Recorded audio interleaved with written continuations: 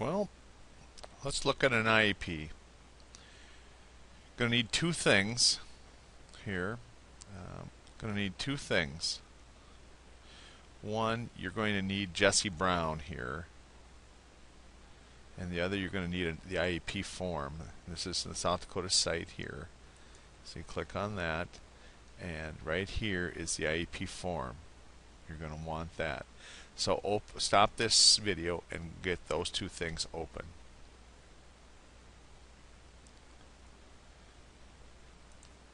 Alright, so you have Jesse Brown's case open and you have the IEP. And I know at times it's going to seem a little cumbersome, and the only thing I can suggest to you is stop the video and go ahead and put this information in, and then I'll start the video again. So let's take off here. Let's see here on Jesse Brown. The first thing you're going to want to put in is just the information from the parents. All this stuff here, and you can see where that goes here on the IEP. Let me get the pen here. The name and the grade stuff. Here's the address stuff down here. All right, go ahead and put that stuff in, and then come back.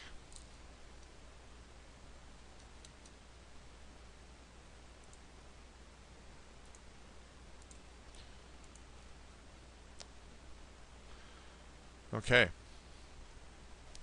let's start here at the top, and this is the meeting date, and the meeting date will be, I can do that I guess, and you got to be careful here on reformatting. The meeting date would be today, so put today's date in, and I'm recording this on this date, 1-27-2011.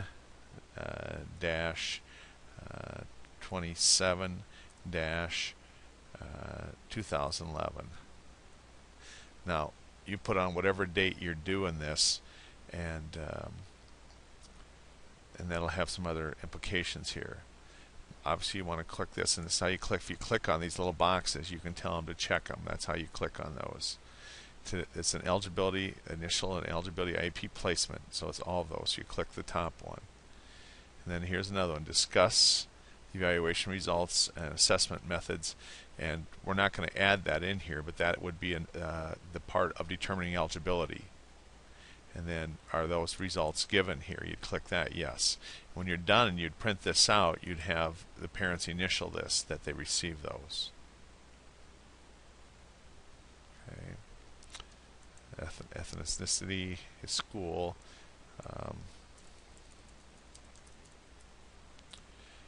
That's what these are. Okay. And then what about date of eligibility determination? That too is today's date. And the 3-year evaluation due by, you'll always use this date, so it would be 1/27/2014, 3 years. And then you would say, when's the date of these services begin? That too can be today, and that's what I said earlier, that date's important in here. Same with this annual review date. Remember, if today's the date, it has to be reviewed at least by this date of next year, or it'll be out of compliance. And is the student eligible for special ed and education curriculum related services? And you click the mark yes if you've determined that. And then this here, an annual copy of the IEP Parents' Rights was received and reviewed. And again, we can put whatever date that is. We'll say that was December 21, whatever day you sent that to them. Okay. And then again, when you print this, you would have the parents initially got that. And then again, a copy of the IEP was provided to the parent. You would check mark this thing and have them initial this. Okay. Now on the parents' rights, I'm going to add that a little bit later and talk about parents' rights, but it's at least annually. They have to have that in their hands at least annually. And now this IEP team business is kind of important, and let me take you back to his case. And what you will do is include these folks on the invite, and you should include their titles the best you can. That here's Niles Brown. I didn't include the others. Jesse is the student. Superintendent is Miss Brown. Mr. Jensen. I'm the special ed teacher. Put your name here, and then anybody else that's there. The counselor, Mr. Hepper, is here. Anybody else that would be included on this process, because this is not the IEP team. This is the placement team also. All right. And then when at the end of the meeting, everybody that's here will sign, and the date will be this same date. And so that's what you do with yours. So go and make sure you have this front page filled out, and then come back.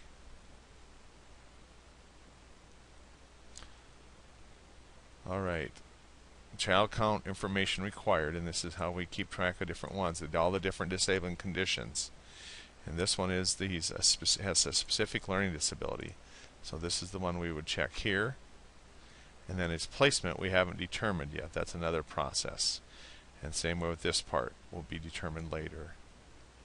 Now this is where if they decline, they say, I don't want these services, they need to sign here and your meeting's done. And you don't need to go any farther.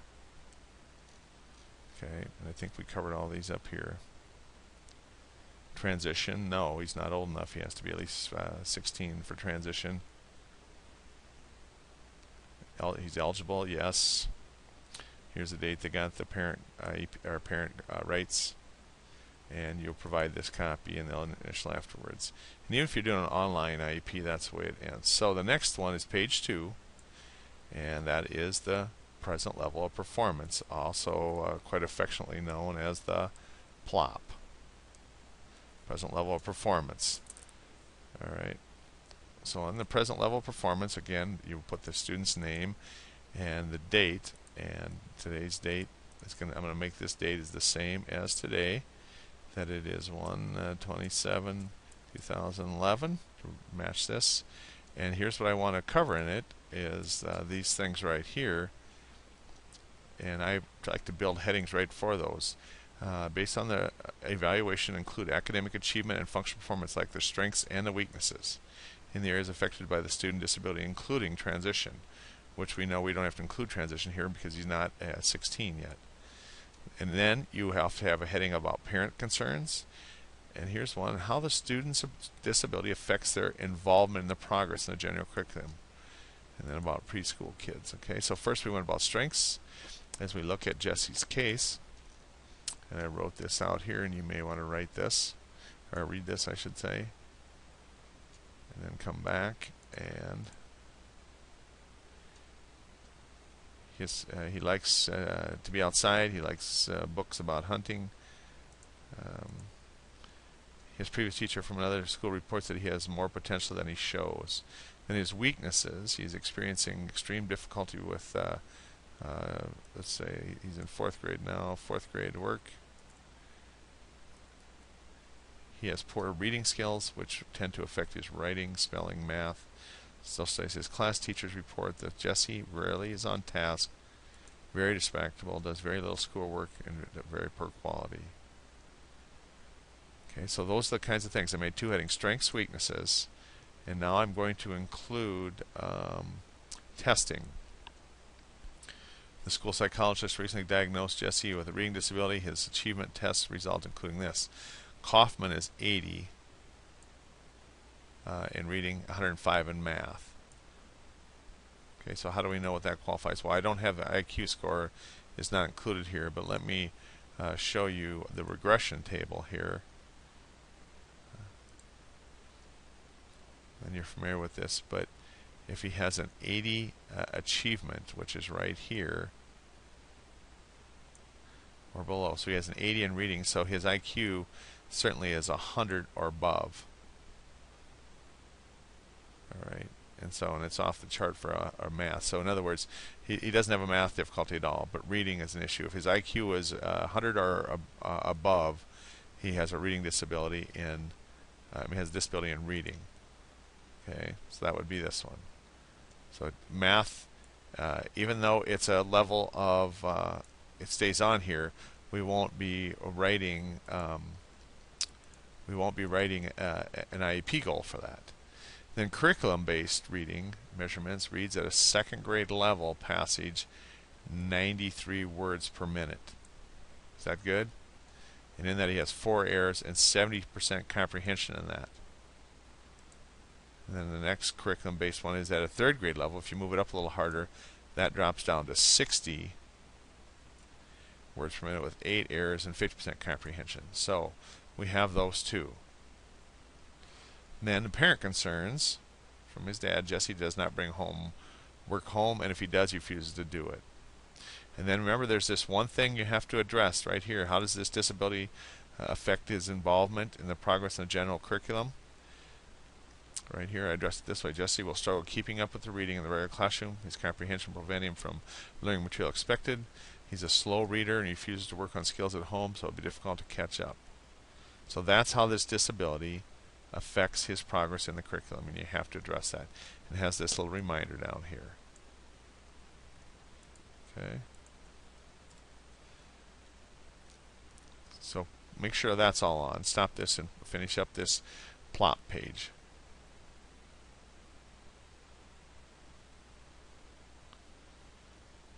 All right, let's move on to the considerations or special factors.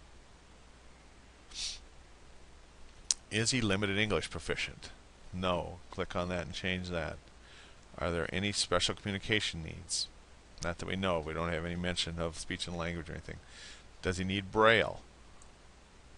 No. Does the student's behavior impede his or her learning or that of others?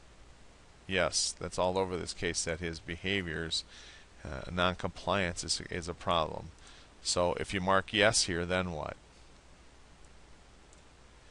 What strategies are required to appropriately address behavior, including positive behavioral supports? What kind of reward systems are you going to set up? You would write this out here now. And again, this cannot be a surprise. This has to be a pre-strategy. And it might be something you've worked out with the student or with parents, but mostly here it's binding, and it goes forward to the teacher next year that'll look at this. So you write out what we call the BIP here. Some kind of a behavioral intervention plan here, including these positive supports. And I know you're learning about those now, or you have. How about assistive technology and devices? Now there's a little wiggle room here maybe for a microcomputer, but at this time there's no mention of that. This generally was for more severe and profound disabled kids that would need technology. He should be able to be in the regular Phi-Ed if he behaves. He doesn't need any hearing aid maintenance. Click that one. And then we come down here to these assessments. And it's a big thing. What about these assessments? Well, the first one says student will be taking district-wide assessments with or without accommodations. And it says here the accommodations will be determined on page 7 on the annual goals that are required. Or 2, the student will be taking an alternative assessment. This is for students working in the alternative achievement standards, which he's not. And then the state and wide district assessments are not required of the student at the level during the course of this annual IEP. Well, they are in 4th grade, so let's go ahead and mark this one, saying that he's going to take them with the accommodations that we write later. Then we get into a couple pages of transition that you can delete these if you want, or just skip over them, write in A, something like that, and you're learning about transitions too. But then we get down here to this educational goals and objectives and benchmarks. Well, first of all, can you distinguish between an annual goal and an objectives? Okay, an annual goal would be, if we come back to Jesse here, that he's reading at this level in third grade, and this level, I mean a second grade, and this level at a third grade, that seems to be somewhat low, especially with errors in comprehension. So how many words should he be able to read? He's a fourth grader. All right, I Googled this and found something that talked about it under fluency. And it's a little mumble jumble, but this is on a site called readinga to z.com, and it gave you these ideas. So they thought first grade, second. So by second grade, he would be at the beginning would be able to read 70 words. By the end of second grade, should be able to read 100 words a minute. And then in third, start at 100 and go to 130. And by fourth, you'd start at 130 and go to 140.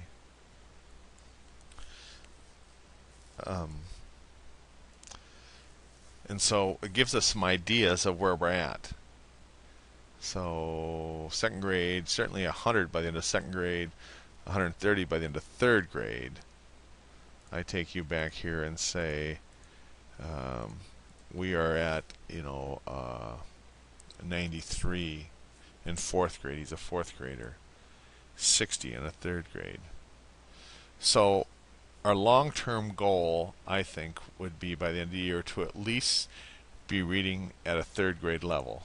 Annual goal examples, and this is a little bit how it should be written. Must include a condition, the performance, and the criteria. So they're saying I don't quite have this right. So a condition would be like when given this number of words, the performance would be this: Jesse will initial, middle, and ending sounds, and the criteria will be this, that with certain accuracy and consecutive trials, meaning how many times in a row they can do it. And it gives you a whole bunch of different things that could fall in here. So let me come back to this and say, okay, first of all, what is the condition? We will say this: when given third grade passage,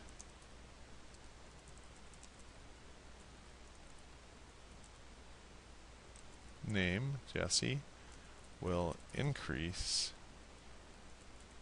his reading speed, or fluency we'll call it, from, what is he at now? At this level, at the fourth grade, from 60 words per minute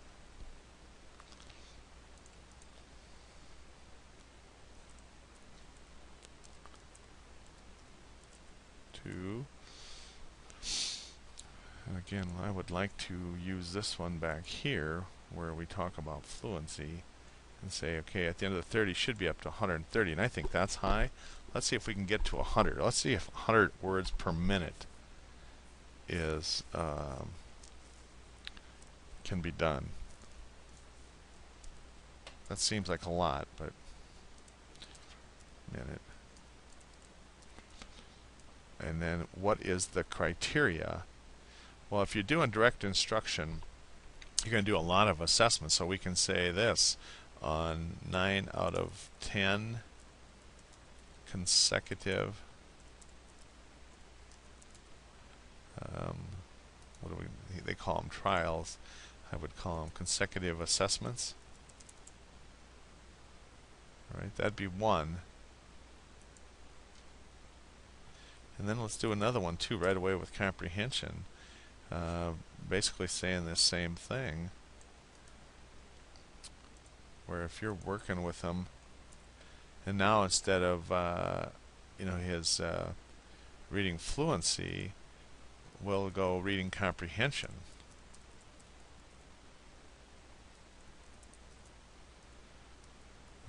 And it's what was his comprehension now? I think was his let's see, comprehension is 50% at this, and I think he should be able to get this to 90% from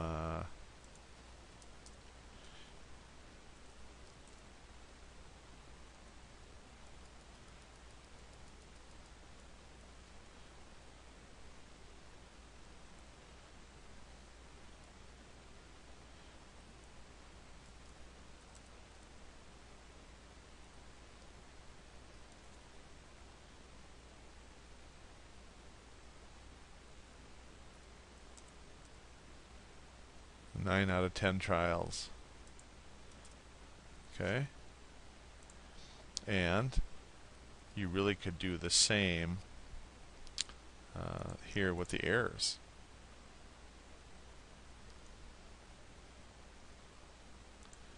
So we'll drop this in here again for this line. Given a third grade passage, you will decrease this time.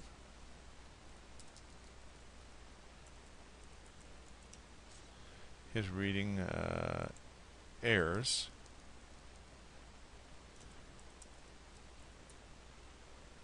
From, what does he have for errors? He has 8 errors. Let's say from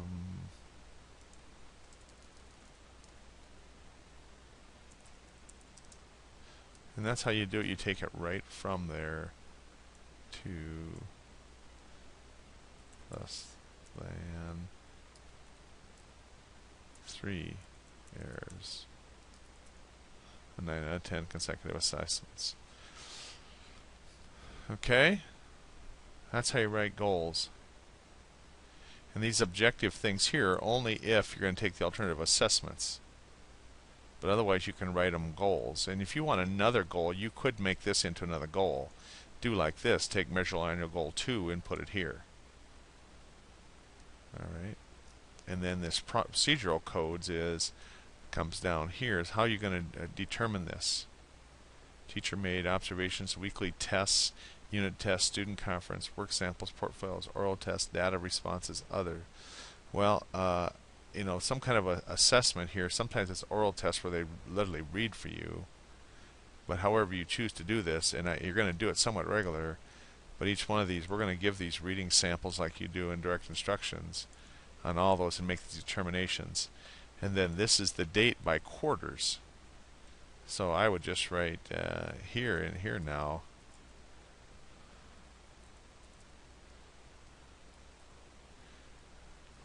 You know, that we can get that done. Alright. And then what are the procedural codes? Our progress codes here are they P, I, X, M. And I'm telling you here, you better have the data quarter by quarter. Like first, we would put here that it's he's up to, you know, 65 words per minute. Then we could say this is progress. And that's what this is for. In second quarter, you know, we better be to 70. And third, hopefully we're to, you know, 90. But that's what you have data now to put that in there. And if you need a math goal or whatever else, or you can add another sheet. That's why this could be 5A. And you can add a whole nother sheet. That's how you do that. And you come down here, these modifications, supplementary aids, you know, shorter assignments, broken down assignments, and you determine this with your IEP team, with the classroom teacher. Statements of the program modifications supports for school personnel is appropriate, like only telling 10 spelling words, have tests read to him, separate testing area, have longer time for tests, a whole list of modifications you could pick from, hopefully. And normally they would have a drop menu on the online. You know, a quick Google of these modifications start to give you lists of stuff. And so if you want to have some things to look at, here's some time management ones. These are classroom environment modifications, time management, the presentation of the materials. So you would look through this and you would come with suggestions, assessment, grading, and testing. And so you would pull some of these out. Behavior, classroom management, teacher tips, you know, that you can find these all over. But this is what goes in this area.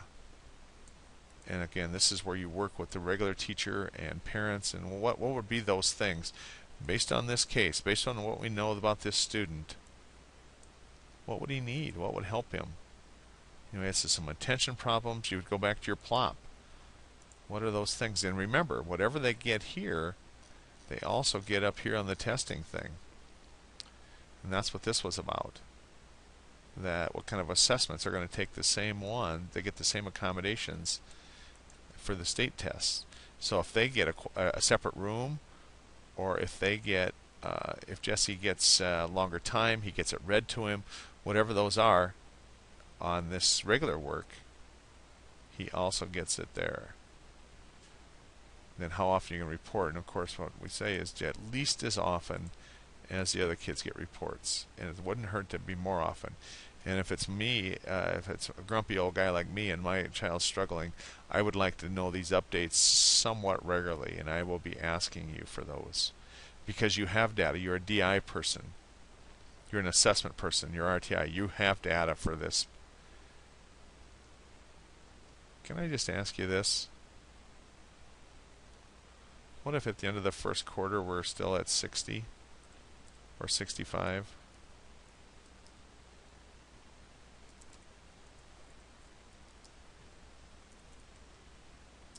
What if at the third quarter we still haven't made any progress?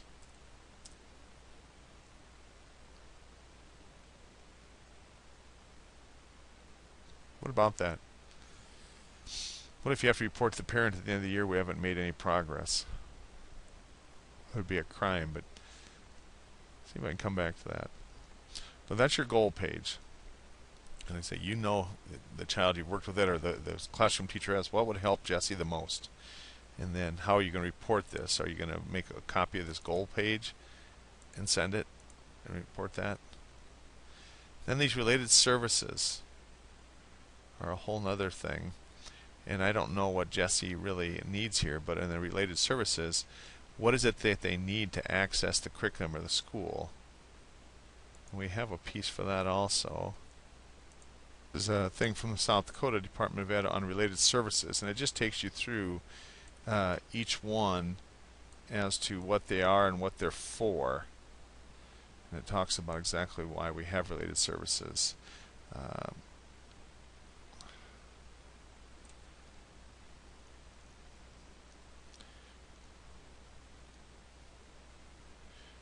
Mostly it's the unique needs of the child. Okay, so here's what related services are. It means transportation and such development corrective things. And then it just really walks you through each of these. Like assistive technology services. First one is autological services, interpreting, and it just gives you a little a description of each of these.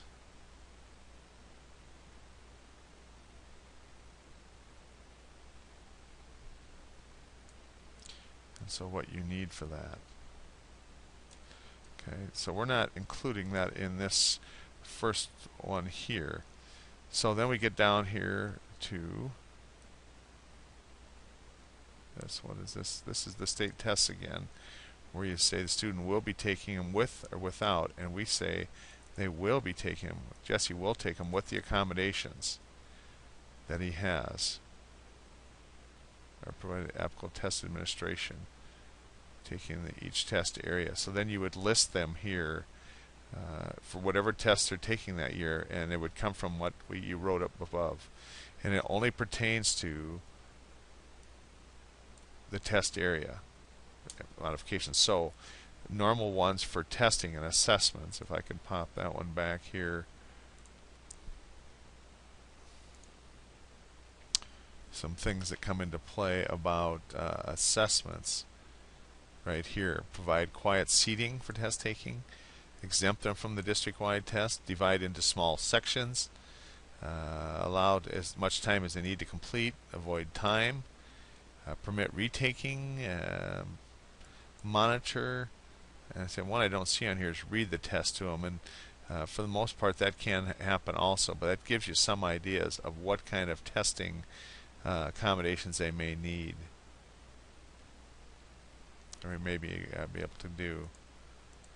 Right, so you would write this out, and you decide on Jesse what you want to write here, as you do for modifications.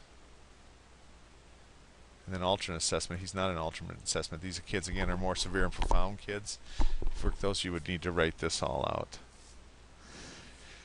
And then we get down to this part, and you can certainly, as you see on the right-hand column here, you can delete that for the other students. And leaves you this one over here. And let me just kind of take you through this now.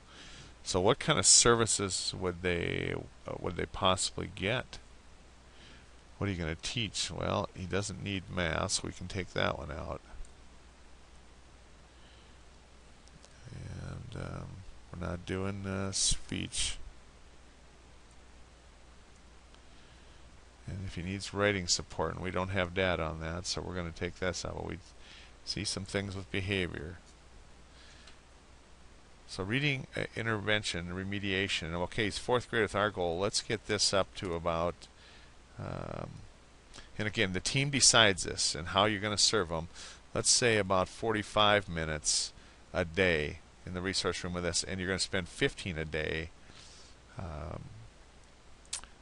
for just working on behavior things. So that there is 60 a day, 60 minutes.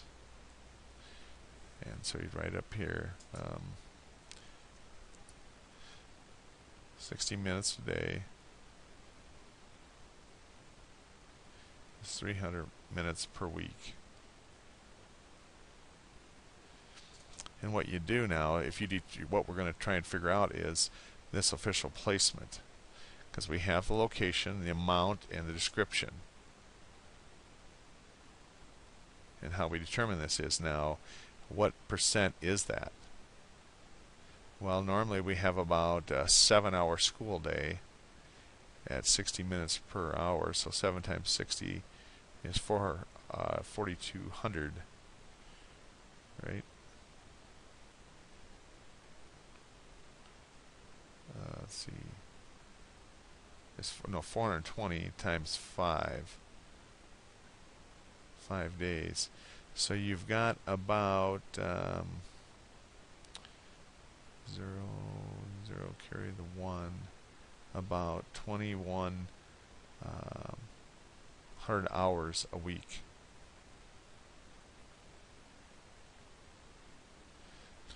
Now we take this 2,100 and divide it by 300 to find out what percentage of the day they're away from their regular kids. So it doesn't go, so 21 goes in here 1 time. The remainder of 9, and 21 goes into 90 about 4 times, and so we have about 14%. 14% of the time they'll be away from their peers. So that continuum of placement would go here. He's considered, well, it won't let me click in there for some reason. That one will.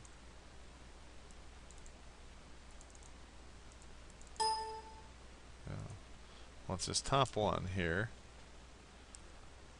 is the one that he's in what can be considered general classroom with modifications, and it's all okay if you're writing to leave this up here of how you did it.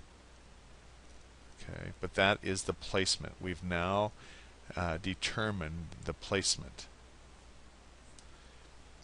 This was the placement here. Remember the term continuum? Here's those different placements that we talked about. This is how we decided that placement. Not, you can see that his services are all in the resource room, but his official placement would still be considered general classroom because he's not away from peers more than 20% of the time, but have to get to 79 or below to be considered his placement as resource.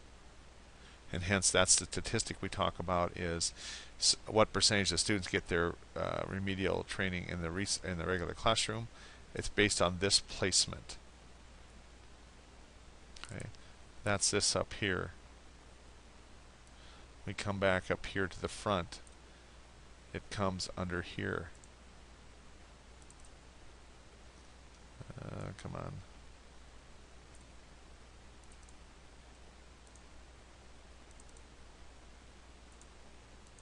On that same thing. And we'd write this out here. Minutes a week in special education would be 300, of course. And then no related services, and the total minutes of service would be 300.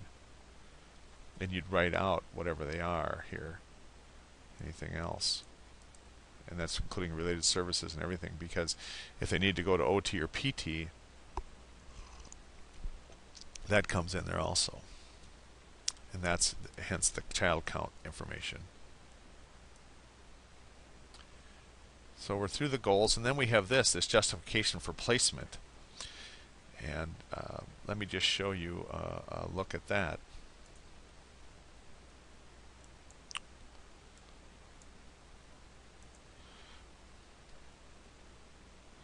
Here's justification statements, and it's just a sample. Use this accept reject form. Instructional needs, unacceptable justification, but it gives you an example how to do it. That if you're rejecting the regular classroom, you tell why. Jesse does not show adequate progress in this setting. Okay. And it just gives you some examples of that.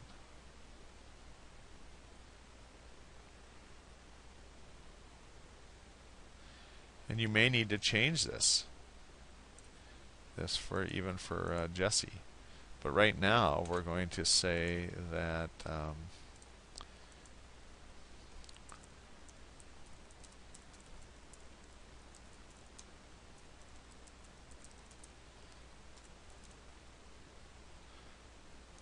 know how to spell that.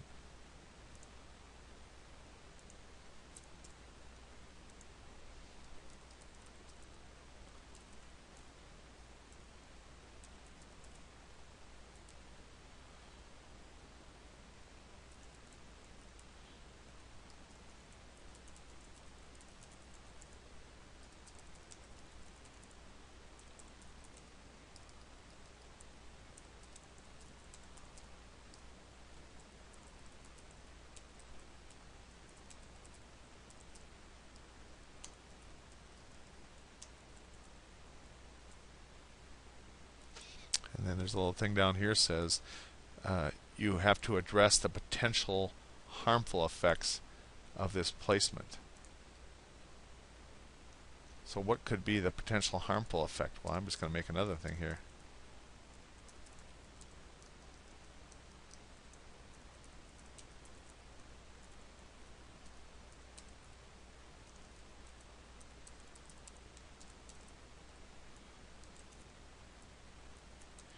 He may not succeed due to his behaviors. That's potential harmful effect. But that's what you have to use, is that accept, reject.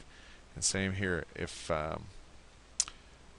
participation with non-disabled peers, and he will. You don't have to mark this because according to this, he will be with his peers. So if it's below that, then you would pick out which ones here he cannot do with his peers, or the ones he can do, and the ones he can't do there. Okay. And then if extended school year, and Jesse probably doesn't qualify this again for more severe and profound. Jesse may be in a summer school. It could be changed later, but you would write here what goals you're going to work on, what that service would be, whether you work on reading or whatever, and then the beginning, ending, the minutes per week, and based on what are you doing this. And you have to have somebody from the school okay this. Again, you can't decide as a team without somebody from the school being involved with it. And then the parents, of course, have to consent to it. And then any clarifying comments. Then you would print this off and submit it. Print this off for parents. But you will, when you're done with this, print this off, submit it in the D2L. Jesse Brown's IEP. Okay, and you're going to have questions, and I may be able to answer them, but a lot of this, as you know, this whole process is very subjective. Very subjective. So you get to make decisions on a lot of this here of what is and what isn't.